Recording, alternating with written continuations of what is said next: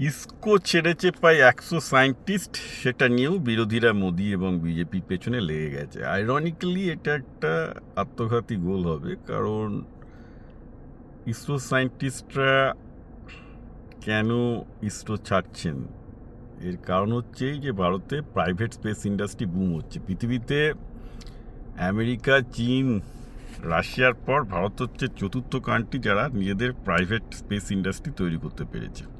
কারণ ইসরোর লোকজন ছেড়ে যাবেন কোথায়? ম্যাক্সিমামই যাচ্ছেন হচ্ছে ভারতে। এখন প্রাইভেট স্পেস ইন্ডাস্ট্রি বুম হচ্ছে। এটা তো আমেরিকাতেও হয়েছিল প্রথম যখন স্পেস এক্স তৈরি করে, রাইট? ইলন মাস্ক, তখন স্পেস এক্সের কর্মী কারা ছিল? সব তো নাসার এক্স কর্মীরা। তাদেরকে বিরাট টাকার মাইনার লোভ দেখিয়ে এখানে আনা হয়েছিল। তো যদি একটা দেশের অবস্থা এরকম হয় যে দেশে ইসরোর বিজ্ঞানীরা তো যথেষ্টই ভালো মাইনা পান, যথেষ্ট ভালো তাদের কম্পেনসেশন, তাদের ছেলে মেয়েদের জন্য স্কুল শিক্ষা ফ্রি, সেসব বাদ দিয়ে তারা যদি খুব উচ্চ বেতনের চাকরি এবং খুব বড় প্রসপেক্ট দেখছেন বলেই না তারা ছাড়তে পারছেন, তো তার মানে কি দাঁড়াচ্ছে? যে তার মানে ভারতের প্রাইভেট স্পেস ইন্ডাস্ট্রি খুব বুম করছে, রাইট? এটা তো মোদির সাফল্য, এটা তো মানে বিজেপির সাফল্য। এটা বিজেপির ব্যর্থতা কেন হতে যাবে? সবচেয়ে বড় কথা, এই ধরনের ইস্যু নিয়ে নাসা থেকে লোকজন ছেড়ে স্পেস এক্সে যাচ্ছে, বিকজ তারা প্রচুর, মানে নাসার থেকে ছেড়ে যারা স্পেস এক্সে গেছে প্রথমের দিকে তারা আজকে 10-12 মিলিয়ন ডলারের মালিক হয়ে গেছে, কারণ স্পেস এক্স আইপিও করেছে, রাইট? যে বিশাল আইপিওটা করলো আর কি ইলন মাস্ক। তো তো এইটা আপনাদের খেয়াল রাখতে হবে যে এইগুলো তো সাফল্য, এটা তো একটা দেশের সাফল্য নিয়ে যে সেই দেশের সরকারি রিসার্চ সংস্থা ছেড়ে দিয়ে লোকজন সেই দেশের বেসরকারি রিসার্চ সংস্থায় আরও বেশি টাকা পাচ্ছে বলে, আরও বেশি সুবিধা পাচ্ছে বলে, তার মানে কি ট্যালেন্টের মোবিলিটির একটা ব্যবস্থা হয়েছে। ইটস এ গুড থিং, যেটা ভারতে ছিল না।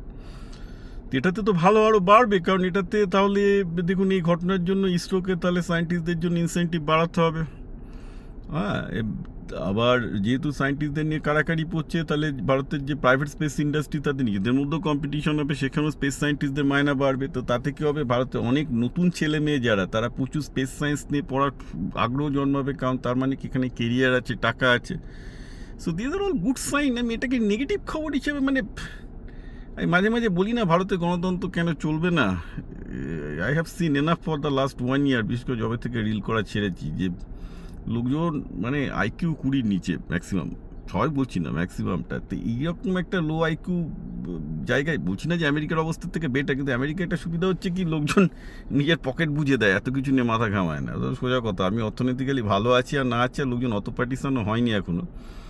মেন ব্যাপার হচ্ছে আমার পকেটে টাকা আসছে কিনা, ঠিকঠাকভাবে অর্থনীতি ভালো আসছে কিনা। ইউএসএতে আমি যবে থেকে এসেছি দেখেছি এখানে লোকজন অর্থনীতি ছাড়া আর কিচ্ছু নিয়ে মাথা ঘামায় না। ইন্ডিয়াতে এই নিউজ মানে সত্যি, কত লোকজন নাসা ছেড়ে স্পেস এক্সে জয়েন করে মিলিয়নিয়ার বিলিয়নিয়ার হয়ে গেল। They will be held as a hero, right? সেটা তো ভালো একটা দেশের জন্য। এটা নেগেটিভ নিউজ কী করে হলো আমি বুঝতে পারছি না। মানে সত্যি আমার মানে পায়ে ধুলো দিতে ইচ্ছা করছে যাদের মাথা থেকে এইসব জিনিসপত্র বেরোচ্ছে।